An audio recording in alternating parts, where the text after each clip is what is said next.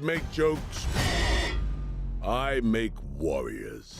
Welcome into Box Office Quarterbacks. I'm Jeff. That's Ahmed. Today we are talking about Knuckles. We are talking about Knuckles that dropped on Paramount Plus. Finally got around to watching the 6 episodes now.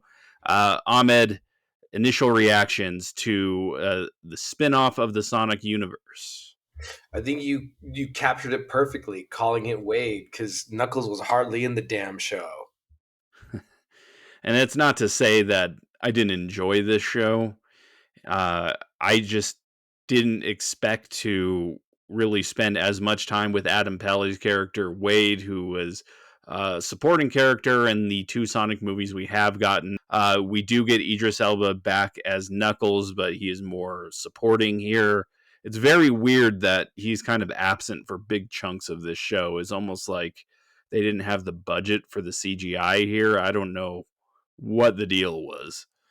I was just thinking that because it's like they spent all this time kind of focusing on Wade, but they also had a lot of scenes that were clearly just filler.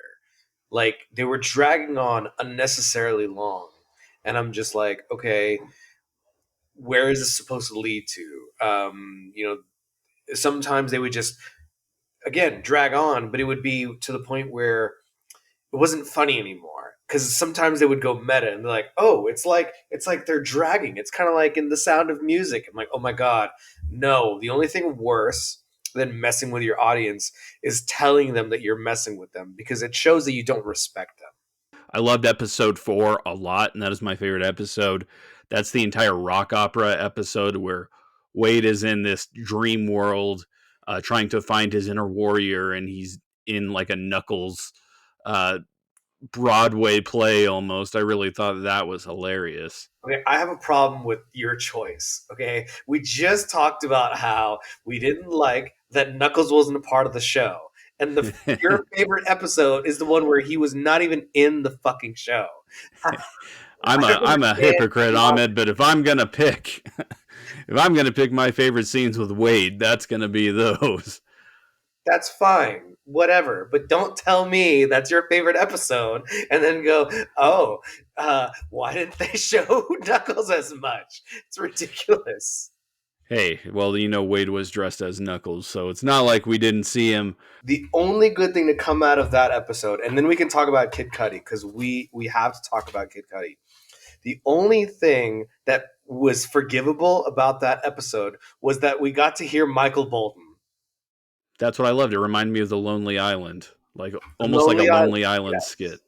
Yeah, that was for us, the Lonely Island fans. Yeah. But as far as the show goes, Wade and Knuckles are on a cross-country trip to go to Reno. Wade's lifelong goal is to win this bowling tournament. You find out his dad is Cary Elwes, and I have a story about Cary Elwes later in the show, but Cary Elwes as this guy who is this very popular professional bowler who is not who he seems. He's the Willy Wonka of bowling. Yeah, and he has like a tea kettle in the bowling ball. Like, it's very weird. Jeff, that joke deserved a lot more laughter than you're giving it. He's the Willy Wonka of bowling. It is the Willy Wonka of bowling. Give me the laughter it so deserves. I was laughing in the inside, Ahmed. Let's just say that. This is low stakes is what I'm trying to get at. As far as the Sonic universe, it doesn't push the narrative forward whatsoever. You can completely skip this movie and go into Sonic 3, and I don't think you would miss a beat whatsoever. That's totally fair. I mean, there were so many things that, like, so many explanations to things that I'm like, what does this have to do with anything? Why do I care? For example, Kid Cudi's partner, when she was like, oh, blah, blah, blah, and she's explaining the supervillain explanation, we haven't seen her since. Or, I'm sorry, we didn't really get to know her that much since. All we know is she's got some sort of bone to pick, but why do we care? Yeah, like, there's just kind of a lot of throwaway characters here. Like, the main characters are Wade and his family. His sister, who I love that actress from The Righteous Gemstones. I think she's hilarious. And By then the like the way, mom here. by the Yeah. way, regarding his sister, so is she actually an FBI agent or is she bullshitting? She is a horrible FBI agent if that is the case. That's Like, that's what I thought. but some of that humor where she's like, I'm protecting the Secretary of the Treasury of the United States of America or some shit, like some low stakes job. I Yeah, thought that was funny. I did like the whole dinner sequence. I thought that was pretty good. And then Knuckles is sitting on the couch watching Pretty Woman with Wade's mom. I thought was hilarious. There's some good stuff. It is very, very forgettable, though. I will probably forget about this show in about 2 weeks. I already have. I started watching The Boys. Yeah, that'll put it out of your mind real quick. But But any favorite characters here, Ahmed? Anything that stood out? Knuckles was my favorite character. I was really happy to see Carrie Elway there, just because I'm a big fan of his work. He was in Robin Hood Men in Tights. He was in Glory, and it kind of shocked me to see how older he's gotten. I Yeah. probably just made it sound worse by saying older. He's gonna hear this and go, "What the fuck is that supposed to mean, young man?" Well, let me tell you about him. If he does hear this, fuck you, Carrie Elways, because we did meet him at a work conference for my wife a few Okay. years ago, like 3 or 4 years ago, and he was doing exactly what he did in this show, which is crazy, where he was yelling at people for taking pictures of him. He didn't want to sign autographs. It was a very weird time. He's the rudest celebrity I've ever met in real life. What the But hell? anyway, Hey man, it's your story, and that's kind of messed up if it's true. I mean, it is yeah, true from your perspective. I get it. yeah. But you know what? There was a character we didn't talk about, and that was Dr. Robotnik's alleged protege. Have you seen Game of Thrones? No, but I mean, I guess I watched Shogun, which is similar. So No, it's because there's a character from Game of Thrones that's in Knuckles. His character is called the Mountain. He's a huge guy, and played by Rory McCann. And it was cool to see him still have work. Like, I'm rooting for you guys. And Kid Cudi obviously killed it, but Knuckles is my favorite just because I'm a huge fan of Idris Elba. having Idris Elba voice this character, I thought was really cool. Like, and it still is. And we're getting Keanu Reeves in the next movie voicing Shadow. And I love Shadow. Like the voice cast is stellar for this series, and it is really a miracle that this series has gotten as big as it is. Like we got that initial Sonic trailer way back in 2019 where he had human teeth and everybody was disgusted and terrified, and we bullied Paramount Plus to redesign him, and look where we are now. I cannot believe that happened. People cyberbullied that company into making it. And I wonder if it was just because they didn't have the rights, what stuff happened. But how did that go through like this? We laugh about it now, but it's the same argument I would make with Dragon Ball Z Evolution. Like, or it's not even Dragon Ball Z, it's Dragon Ball Evolution.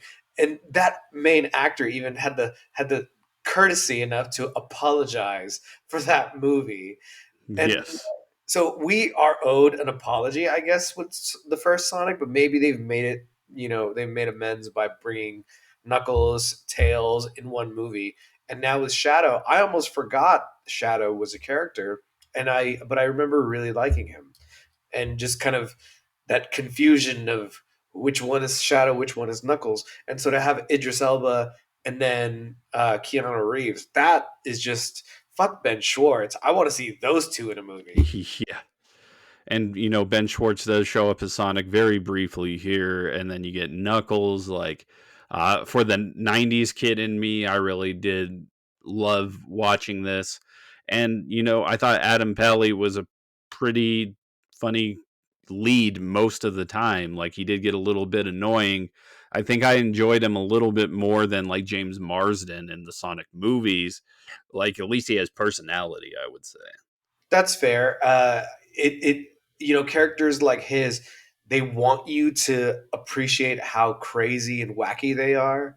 But I really like that scene where he's in the bowling alley and he defends Knuckles and then he high fives himself. I thought that was like, oh, when he just did kind of thing. I was like, okay, that's adorable. I that you genuinely made me laugh. Yeah, and him like waking up with his Ninja Turtle sheets, and I thought that was very hilarious. I like Jack Sinclair, such a random character, like a random bounty hunter, and just him talking about all the treasures he finds on Facebook Marketplace. I thought But was I love that hilarious. But I love that they included him to be a bounty hunter because it's like, oh, okay, ha ha ha, and then whenever there's a bounty on his head, it's like, oh, wow, that actually okay, good Yeah, job, good job. I'll give you that. he was like the Joe Exotic of The bounty Joe hunters. Exotic, the Ponytail King. Yes. Um, Well, let's get to final scores of this show. I think we might agree. We do agree a lot, as Gerald points out. Hi, Gerald. But what would you give this on the box office QB scale? I give it a starter just because it's one of those you can watch it and not really pay attention to it kind of shows. It's not as charming and like it doesn't glue your attention as much as other trash shows like Ted did. Yeah. Ted was one of those shows that it's charming, it's stupid, but it's one of those you're watching it because you're really just trying to turn it all off. It's why some people watch reality shows. Yeah, it's an easy watch. It's 6 episodes. They're all 30 minutes long or less. And the Like, colors are vibrant enough to keep your attention for the most part. yes. If When you they have small kids, like, yeah, we don't have kids, but if I had kids, I would put this on and like go cook dinner or fuck something them like that. kids. Yeah. As Ahmed says, that is his new catchphase. I told you, I keep looking for reasons to say it, and we Yeah, just did. I teed you up. That was like an alley oop. But yeah, Oh, favorite as my scenes. dog would say. Favorite scenes. The final fight scene between Dr. Robotnik's protege and Knuckles. I thought, fine a damn Lee. We've been waiting for this for what, 8, 9 episodes? And then you finally give it to us, and it's like not even a it's a visually spectacular fight scene, but it's such a short fight scene. I've never seen a fight scene that quick before. Actually, I'm wrong. Secret Invasion. That one had the cheesiest, stupidest fight scene. But oh god, now I'm trying to think about which one did I hate more. Well, Favorite. I think we both cut Secret Invasion, if I remember We correctly. did. So I Knuckles is a better show than Secret Invasion. Yes, but not as good as Ted. But what's my point? That was my favorite scene when we got it. Yeah, like it was so quick because the ending almost felt like a dodgeball movie because you have ESPN 8 The Ocho here. Like you have Paul Scheer, who I love, and Rob Hubel. Like I love those two actors as like the commentators. And Oh, then I all of couldn't a stand sudden, those motherfuckers. I'm sorry. hey, No, they took. I was like, why am I seeing them? You have nothing to do with the show. This show is called Knuckles, not ESPN Ocho Cinco. ESPN Ocho Cinco. I don't even know Uh, what that means, but I made it up. It sounded right. yeah. Uh, there needed to be more fight scenes. There needed to be more Knuckles. That's why I'm going to give it a starter. It's fine. It is probably the definition of a starter on our scale. Um, yeah, I mean, anything else you want to add about it? No, I think this has kind of been like a weird year for entertainment. We are kind of coming back off the writer's strike, so I'm hoping things will improve. But man, I'm really looking forward to just like some sort of improvement. After Monkey Man, the bar is kind of like set now for me where I'm like, okay, how are you going to top that? How are you going to top that? this weekend I'm gonna go watch The Fall Guy. So let's see if Ken and what's her face from Oppenheimer can save the day. Yeah, I mean, I'm looking forward to the Fall Guy. Like, I wanna be wowed at the movies again. That's for sure. But yeah, this has been another edition of Box Office Quarterbacks. That's my friend Ahmed. I'm Jeff. We'll be back very soon with an episode that we haven't planned out yet, but we will be back. Have a good rest of the week.